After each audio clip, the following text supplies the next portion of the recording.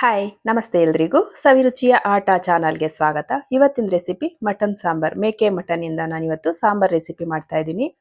ತುಂಬಾನೇ ಚೆನ್ನಾಗಿರುತ್ತೆ. ತುಂಬ ಸಿಂಪಲ್ ಆಗಿ ಕೂಡ ಮಾಡ್ಕೋಬಹುದು. ಹಾಗೆ ಹಳ್ಳಿ ಸ್ಟೈಲಲ್ಲಿ ಅಂತಾನೂ ಕೂಡ ಹೇಳ್ಬೋದು. ಅಷ್ಟು ಚೆನ್ನಾಗಿ ನಾವು ಮಟನ್ ಸಾಂಬಾರ್ನ ತುಂಬ ಸಿಂಪಲ್ ಆಗಿ ಕೆಲವು ಇಂಗ್ರೀಡಿಯೆಂಟ್ಸ್ ಇಂದ ಮಾಡ್ಕೋಬಹುದು. ತುಂಬ ಸಿಂಪಲ್ ಆಗಿ ಹೇಗೆ ಮಟನ್ ಸಾರ್ನ ಮಾಡ್ಕೊಳ್ಳೋದು ಅಂತ ಹೇಳ್ತೀನಿ. ಮುದ್ದೆ ಜೊತೆಗೆ, ರೈಸ್ ಜೊತೆಗೆ, ಇಡ್ಲಿ ಜೊತೆಗೆಲ್ಲ ಸೂಪರ್ ಆಗಿರುತ್ತೆ. ಭಾನುವಾರ ಟೈಮ್ ದೋಸೆ ಜೊತೆಗೂ ಸೂಪರ್ ಆಗಿರುತ್ತೆ. ಹೇಗೆ ಮಾಡೋದು ಅಂತ ನೋಡ್ಕೊಳ್ಳೋದಕ್ಕೂ ಮೊದಲು ನನ್ನ ಚಾನಲ್ನ ಸಬ್ಸ್ಕ್ರೈಬ್ ಮಾಡ್ಕೊಂಬಿಡಿ. ವಿಡಿಯೋ ಇಷ್ಟ ಆದರೆ ಒಂದು ಲೈಕ್ ಮಾಡಿ, ಶೇರ್ ಮಾಡಿ, ಕಮೆಂಟ್ ಮಾಡಿ. ಇವಾಗ ನಾವು ಕ್ವಿಕ್ ಆಗಿ ಹೇಗೆ ಮಾಡೋದು ಅಂತ ನೋಡ್ಕೊಂಡು ಮೊದಲಿಗೆ ನಾನಿಲ್ಲಿ 1 kg ಮಟನ್ ಅನ್ನ ತಗೊಂಡಿದ್ದೀನಿ. 1 kg ಮಟನ್ ತಗೊಂಡು ಈ ರೀತಿ ಮೀಡಿಯಂ ಸೈಜಲ್ಲಿ ಕಟ್ ಮಾಡಿಸ್ಕೊಳ್ಳಿ.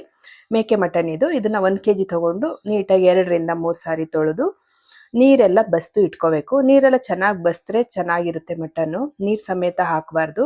ಈ ರೀತಿ ನೀರೆಲ್ಲ ಸೋರ್ಲಿಕ್ಕೊಂಡು ನಾನು ತೆಗೆದಿಟ್ಕೊಂಡಿದ್ದೀನಿ. 1 kg ಮಟನ್ ಇದೆ. ಇವಾಗ ಒಂದು ಚಿಕ್ಕದೊಂದು ಮಿಕ್ಸಿ ಜಾರ್ ಇಟ್ಕೊಂಡು ಇದಕ್ಕೆ ಅರ್ಧ ಗೆಡ್ಡೆ ಈರುಳ್ಳಿ ಹಾಕೋತಾ ಇದ್ದೀನಿ. ಚಿಕ್ಕದಾದರೆ ಒಂದು ಹಾಕೊಳ್ಳಿ. ಮತ್ತೆ 1 ಗೆಡ್ಡೆ ಬೆಳ್ಳುಳ್ಳಿ, 3 ಇಂಚಿನಷ್ಟು ಹಸಿ ಶುಂಠಿ, ಮತ್ತೆ ಒಂದು 3 ಹಸಿ ಮೆಣಸಿನಕಾಯಿ, ಸ್ವಲ್ಪ ಪುದೀನ ಸೊಪ್ಪು, ಇದಕ್ಕೆ ಸ್ವಲ್ಪ ಅರಿಶಿನ ಪುಡಿ ಮತ್ತೆ ಸ್ವಲ್ಪ ನೀರನ್ನ ಸೇರಿಸ್ಕೊಂಡು ನುಣ್ಣಗೆ ಪೇಸ್ಟ್ ಮಾಡ್ಕೊಳ್ಳೋಣ. ಎಷ್ಟು ನುಣ್ಣಗಾಗುತ್ತೋ ಅಷ್ಟು ನುಣ್ಣಗೆ ನಾವು ಪೇಸ್ಟ್ ಮಾಡ್ಕೊಳ್ಳೋಣ. ನೋಡಿ, ಈ ರೀತಿಯಾಗಿ ನುಣ್ಣಗೆ ಪೇಸ್ಟ್ ಮಾಡ್ಕೋಬೇಕು. ಹಸಿ ಮಸಾಲ ರೆಡಿ ಆಯಿತು ನಮ್ಗೆ. ಇವಾಗ ನೋಡಿ, ಈ ರೀತಿಯಾಗಿ ಮಸಾಲ ರೆಡಿ ಮಾಡ್ಕೊಂಡಾಯ್ತು. ಇವಾಗ ಇದನ್ನ ಸೈಡ್ಗೆ ಎತ್ತಿಟ್ಕೊಂಬಿಡೋಣ. ಒಗ್ಗರಣೆಗೆ ನಾವಿಲ್ಲಿ ಸ್ಟವ್ ಹಚ್ಕೊಂಡು ಒಂದು ಕುಕ್ಕರ್ ಇಟ್ಕೊಳ್ಳೋಣ. ಚಿಕ್ಕ ಕುಕ್ಕರೇ ತಗೊಂಡಿದ್ದೀನಿ ನಾನು. 1 kg ಮಟನ್ ಆಗಿರೋದ್ರಿಂದ ಕುಕ್ಕರ್ಗೆ ನಾನು ಒಂದು ಅರ್ಧ ಟೇಬಲ್ ಸ್ಪೂನು ಅಷ್ಟು ಇಲ್ಲ ನೋಡಿ, ಇಷ್ಟೇಷ್ಟು ಎಣ್ಣೆ ಹಾಕೊಳ್ಳಿ. ಖಾಲಿ ಪಾತ್ರೆಗೆ ಮಸಾಲೆ ಹಾಕೋಕ್ಕಾಗಲ್ಲ ಅಂತ ಈ ರೀತಿಯಾಗಿ ನಾನು ಸ್ವಲ್ಪ ಎಣ್ಣೆ ಹಾಕೊಂಡು ರುಬ್ಕೊಂಡಿದ್ದಂಥ ಹಸಿ ಮಸಾಲಾನ ಸೇರಿಸ್ಕೊಂಡಿದ್ದೀನಿ. ಮಸಾಲ ಸೇರಿಸ್ಕೊಂಡಾದ್ಮೇಲೆ ಹಸಿ ವಾಸನೆ ಹೋಗೋವರೆಗೂ ಈ ರೀತಿಯಾಗಿ ಫ್ರೈ ಮಾಡ್ಕೊಳ್ಳೋಣ. ಇವಾಗ ನಾವು ಮಟನ್ ಅನ್ನ ಸೇರಿಸ್ಕೊಳ್ಳೋಣ. ತೊಳೆದಿಟ್ಕೊಂಡಿದ್ವಿ ಅಲ್ವಾ, ಇದೇ ಮಟನ್ ನಾನು ಇಲ್ಲಿ ಹಾಕೋತಾ ಇದ್ದೀನಿ. ಮಟನ್ ಪೂರ್ತಿಯಾಗಿ ಹಾಕೊಂಡು ಇದರಲ್ಲಿ ಇದ್ದಂಥ ಕೊಬ್ಬು ಅಥವಾ ಫ್ಯಾಟ್ ಅಂತ ಏನು ಹೇಳ್ತೀವಿ ಇದನ್ನ ಸೈಡ್ಗೆ ಎತ್ತಿಟ್ಕೊಂಡಿದ್ದೀನಿ. ಇವಾಗ ಒಗ್ಗರಣೆಗೆ ನಾವು ಮಟನ್ ಹಾಕಿದ್ಮೇಲೆ ಇವಾಗಲೇ ಸ್ವಲ್ಪ ಉಪ್ಪನ್ನ ಹಾಕೊಳ್ಳೋಣ. ಉಪ್ಪು ಇವಾಗ ಈ ಟೈಮಲ್ಲಿ ಹಾಕಿದ್ರೆ ಚೆನ್ನಾಗಿ ಮಾಂಸಕ್ಕೆಲ್ಲ ಇಳ್ಕೊಳ್ಳುತ್ತೆ. ಅದರಿಂದ ಸ್ವಲ್ಪ ಉಪ್ಪನ್ನ ಹಾಕೊಂಡು ಚೆನ್ನಾಗಿ ಒಗ್ಗರಣೆನಲ್ಲಿ 1 ರಿಂದ 1.5 ನಿಮಿಷದಷ್ಟು ಟೈಮ್ ತಗೊಂಡು ಈ ರೀತಿ ಕೈ ಆಡಿಸಿ ಈ ರೀತಿ ಚೆನ್ನಾಗಿ ಮಿಕ್ಸ್ ಮಾಡ್ಕೋಬೇಕು. ಚೆನ್ನಾಗಿ ಮಿಕ್ಸ್ ಆದಮೇಲೆ ನಾವು ಇದನ್ನ ಬೇಯೋದಕ್ಕೆ ಇಟ್ಬಿಡೋಣ. ಇದೇನಾಗುತ್ತೆ ಅಂದರೆ ಮಟನ್ನಲ್ಲಿ ಇರೋವಂಥ ನೀರಿನ ಅಂಶ ಎಲ್ಲ ಚೆನ್ನಾಗಿ ಬಿಟ್ಕೋಬೇಕು. ಮತ್ತೆ ಅದು ಈ ಮಸಾಲೆ ಜೊತೆನೇ ಚೆನ್ನಾಗಿ ಡ್ರೈ ಆಗಬೇಕು. ಅಲ್ಲಿವರೆಗೂ ನಾವು ಏನು ಮಾಡೋಣ, ಒಂದು ತಟ್ಟೆ ಮುಚ್ಚಿಟ್ಬಿಟ್ಟು ಬೇಯಿಸ್ಕೊಳ್ಳೋಣ. ಮಧ್ಯದಲ್ಲಿ ನಾವು ತೆಗೆದು ಕೈ ಆಡಿಸ್ಕೋಬಹುದು. ಇವಾಗ ನೋಡಿ ತೋರಿಸ್ತಾ ಇದ್ದೀನಿ, ನೀರೆಲ್ಲ ಬಿಟ್ಕೋತಾ ಇದೆ. ನೀರು ಬಿಟ್ಕೋತಾ ಇದೆ ಅಲ್ವಾ. ಈ ನೀರೆಲ್ಲ ಏನಾಗಬೇಕು, ನಮಗೆ ಚೆನ್ನಾಗಿ ಸುಂಡೋಗ್ಬೇಕು. ಅಂದರೆ ಚೆನ್ನಾಗಿ ಇಮ್ರುಕೋಬೇಕು, ನೀರೆಲ್ಲ ಹಾವಿ ಆಗಬೇಕು. ಆ ರೀತಿಯಾಗಿ ನಾವು ಮಟನನ್ನು ಒಗ್ಗರಣೆನಲ್ಲೇ ಬೇಯಿಸ್ಕೊಂಡ್ರೆ ಸಾರು ಮಾತ್ರ ಅದ್ಭುತವಾಗಿರುತ್ತೆ. ಇವಾಗ ಇದು ಮುಚ್ಚಿಟ್ಬಿಟ್ಟು ಮಧ್ಯದಲ್ಲಿ ತೆಗೆದು ತಿರುಗಿಸ್ಕೋತೀನಿ.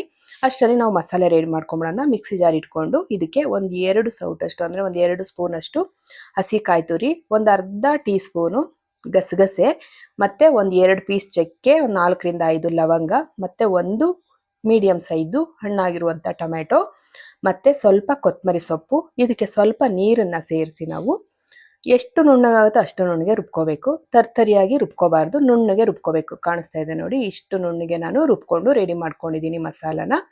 ಇವಾಗ ಇದನ್ನ ಸೈಡ್ಗೆ ಎತ್ತಿಟ್ಕೊಂಬಿಡೋಣ. ಮಟನ್ ಯಾವ ರೀತಿಯಾಗಿ ಬೆಂದಿದೆ ನೋಡೋಣ ಬನ್ನಿ. ಇವಾಗ ನೋಡಿ, ಡ್ರೈ ಆಗಿದೆ ಎಲ್ಲ, ನೀರಿನ ಅಂಶ ಎಲ್ಲ ಚೆನ್ನಾಗಿ ಡ್ರೈ ಆಗಿದೆ. ಈ ಹಂತದಲ್ಲಿ ನಾವು ಮಸಾಲೆ ಪೌಡ್ರ್ಗಳನ್ನು ಸೇರಿಸ್ಕೊಳ್ಳೋಣ. ಒಂದು ಚಿಕ್ಕ ಸ್ಪೂನು, ಟೇಬಲ್ ಸ್ಪೂನ್ ಅಷ್ಟು ಮೆಣಸಿನ್ಕಾಯಿ ಪುಡಿ ಬೇಡ ನಮಗೆ. ಸ್ವಲ್ಪ ಖಾರಕ್ಕೆ ಎಷ್ಟು ಬೇಕೋ ಅಷ್ಟು ಅಚ್ಚ ಖಾರದ ಪುಡಿ ನಾನು ಒಂದು 3/4 ಟೇಬಲ್ ಸ್ಪೂನ್ ಹಾಕ್ಕೊಂಡಿದ್ದೀನಿ. ಮತ್ತು 1 ಟೇಬಲ್ ಸ್ಪೂನು ಧನಿಯಾ ಪೌಡ್ರು, ಅರ್ಧ ಟೇಬಲ್ ಸ್ಪೂನು ಗರಂ ಮಸಾಲಾನ ಹಾಕ್ಕೊಂಡಿದ್ದೀನಿ. ನಾವು 3 ಹಸಿ ಮೆಣಸಿನ್ಕಾಯಿ ಕೂಡ ಸೇರಿಸಿರೋದ್ರಿಂದ ಖಾರದ ಪುಡಿನ ನೋಡ್ಕೊಂಡು ಹಾಕ್ಕೊಳ್ಳಿ.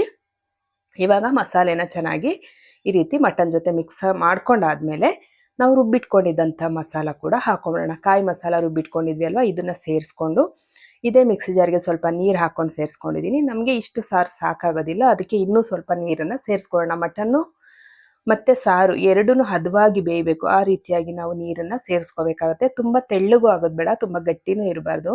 ಮಸಾಲ ಜಾಸ್ತಿ ಆಗ್ಬಿಡುತ್ತೆ ತುಂಬ ಗಟ್ಟಿ ಅಂತ ಅನ್ಸಿದ್ರೆ. ಅವಾಗ ನಾವು ನೀರನ್ನು ಎಷ್ಟು ಅಳತೆ ಬೇಕೋ ಅಷ್ಟು ನೋಡಿಕೊಂಡು ಇದಕ್ಕೆ ಸ್ವಲ್ಪ ಉಪ್ಪು ಹಾಕೊಳ್ಳೋಣ. ಮೊದಲೇ ಉಪ್ಪು ಹಾಕಿದ್ವಿ, ನೋಡಿಕೊಂಡು ಉಪ್ಪನ್ನು ಹಾಕ್ಕೊಂಡು ಮತ್ತೆ ಏನು ಎತ್ತಿಟ್ಕೊಂಡಿದ್ವಿ ಫ್ಯಾಟು ಇವಾಗ ಹಾಕಿದ್ದೀನಿ. ಇದು ಕೊಬ್ಬು ಎಲ್ಲ ಎತ್ತಿಟ್ಕೊಂಡಿದ್ವಿ ಅಲ್ವಾ, ಇದನ್ನು ಹಾಕಿ ಸಾರು ಹದ ತೋರಿಸ್ತಾ ಇದ್ದೀನಿ ನೋಡಿ. ಇಷ್ಟು ಹದವಾಗಿದ್ದರೆ ಸಾಕು, ಸಾರು ಕರೆಕ್ಟಾಗಿದೆ ನೋಡಿ, ಇಷ್ಟು ಕರೆಕ್ಟಾಗಿದೆ. ತುಂಬ ಗಟ್ಟಿನೂ ಇಲ್ಲ, ತುಂಬ ತೆಳ್ಳಗೂ ಇಲ್ಲ. ಕಾಣಿಸ್ತಾ ಇದೆ ಅಲ್ವಾ. ಈ ರೀತಿ ಇದ್ದಾಗ ನಾವು ಸ್ವಲ್ಪ ಉಪ್ಪನ್ನು ಕೂಡ ಹಾಕಿದೀವಿ. ಇವಾಗ ಕುಕ್ಕರ್ ಮುಚ್ಚಳ ಮುಚ್ಚಿಬಿಟ್ಟು 4 ವಿಷಲ್ ಬರಬೇಕು. ಬಲ್ತಿರೋ ಮರಿ ಇದು ಮಾಂಸ ಆದರೆ ಒಂದು 4 ವಿಷಲ್ ಬರಲಿ, 4ರಿಂದ 5. ಎಳೆ ಮಾಂಸ ಆದರೆ 1ರಿಂದ 2 ವಿಷಲ್ ಸಾಕಾಗುತ್ತೆ. ಇದು ಸ್ವಲ್ಪ ಬಲ್ತಿತ್ತು ನೋಡಿ, ಇವಾಗ ತೋರಿಸ್ತಾ ಇದ್ದೀನಿ. ಆದರೆ ಇನ್ನೂ ಸ್ವಲ್ಪ ಬೇಯಬೇಕು ಮಟನ್ನು. ಇಷ್ಟು ಎಣ್ಣೆ ಬಿಟ್ಕೊಂಡಿದೆ, ನಾವು ಎಣ್ಣೆನೆಲ್ಲ ಏನು ಜಾಸ್ತಿ ಹಾಕಿಲ್ಲ. ಇನ್ನು ಸ್ವಲ್ಪ ಬೇಯಬೇಕಾಗುತ್ತೆ ಮಟನ್ನು. ನೋಡಿ ತೋರಿಸ್ತಾ ಇದ್ದೀನಿ, ಸಾರು ಮಾತ್ರ ಕರೆಕ್ಟಾಗಿದೆ. ನಾವು ಸ್ವಲ್ಪ ಕುದಿಸ್ಕೊಂಡ್ರೆ ಸಾಕಾಗುತ್ತೆ, ಇಲ್ಲ ಇನ್ನೊಂದು ವಿಜಲ್ ಬರ್ಸ್ಕೊಂಡ್ರೂ ಆಗುತ್ತೆ. ಮಟನ್ ಇನ್ನು ಸ್ವಲ್ಪ ಬೇಯಬೇಕು ಅನಿಸ್ತು, ಅದರಿಂದ ನಾನು ಏನು ಮಾಡ್ತೀನಿ, ಈ ರೀತಿ ತಿರುಗಿಸ್ಬಿಟ್ಟು ಮತ್ತೆ ಇನ್ನೊಂದು ವಿಜಲ್ ಬರೋದಕ್ಕೆ ಇಡ್ತೀನಿ. ನೋಡಿ ಇವಾಗ ಗೊತ್ತಾಗ್ತಾ ಇದೆ ಬೆಂದಿರೋದು, ಬಣ್ಣನೇ ಗೊತ್ತಾಗುತ್ತೆ ನೋಡಿ. ಮಾಂಸ ಬೆಂದಮೇಲೆ ಸಾರು ಯಾವ ರೀತಿ ಬಣ್ಣ ಚೇಂಜ್ ಆಗುತ್ತೆ, ಎಷ್ಟು ಚೆನ್ನಾಗಿ ಎಣ್ಣೆ ಬಿಟ್ಕೊಳ್ಳುತ್ತೆ ಅಂತ. ಇವಾಗ ಚೆನ್ನಾಗಿ ಮಟನ್ ಬೆಂದಿದೆ, ಸಕ್ಕತ್ತಾಗಿದೆ. ರುಚಿ ಮಾತ್ರ ಸಕ್ಕತ್ತಾಗಿದೆ, ಮನೆಯೆಲ್ಲ ಗಮ್ ಅಂತ ಇದೆ. ನಾವು ಜಾಸ್ತಿ ಮಸಾಲೆಗಳನ್ನು ಕೂಡ ಬಳಸಿಲ್ಲ ಇಲ್ಲಿ. ತುಂಬ ಚೆನ್ನಾಗಿ ನಾಟಿ ಸ್ಟೈಲಲ್ಲಿ ಅಂದರೆ ಹಳ್ಳಿ ಸ್ಟೈಲಲ್ಲಿ ಮಾಡಿದ್ದೀವಿ ಸಾರು. ಸಕ್ಕತ್ತಾಗಿ ಬರುತ್ತೆ. ನಿಮಗೂ ಒಂದ್ಸಲಿ ನೀವು ಈ ರೀತಿ ಮಾಡಿಕೊಂಡ್ರೆ ತುಂಬ ಚೆನ್ನಾಗಿ ಸಾರು ಆಗುತ್ತೆ. ನೀವು ಒಂದ್ಸಲಿ ಟ್ರೈ ಮಾಡಿ, ಯಾಕೆ ಈ ರೀತಿ ಮಾಡಬಾರ್ದು ಅಂತ ಅನಿಸುತ್ತೆ. ಪದೇ ಪದೇ ಮಾಡ್ಕೋಬೋದು, ಅಷ್ಟು ಚೆನ್ನಾಗಿರುತ್ತೆ. ಮುದ್ದೆ ಜೊತೆ ನಾನು ಇವತ್ತು ಸರ್ವ್ ಮಾಡ್ಕೊಂಡಿರೋದು. ದೋಸೆ ಇಡ್ಲಿಗೆಲ್ಲ ತುಂಬಾ ಚೆನ್ನಾಗಿರುತ್ತೆ, ರೈಸ್ ಜೊತೆಗೂ ಚೆನ್ನಾಗಿರುತ್ತೆ. ಈ ವಿಡಿಯೋ ಇಷ್ಟ ಆಗಿದ್ರೆ ಲೈಕ್ ಮಾಡಿ, ಶೇರ್ ಮಾಡಿ, ಕಮೆಂಟ್ ಮಾಡಿ, ಹಾಗೆ ಸಬ್ಸ್ಕ್ರೈಬ್ ಮಾಡ್ಕೊಳ್ಳಿ. Thank you for watching.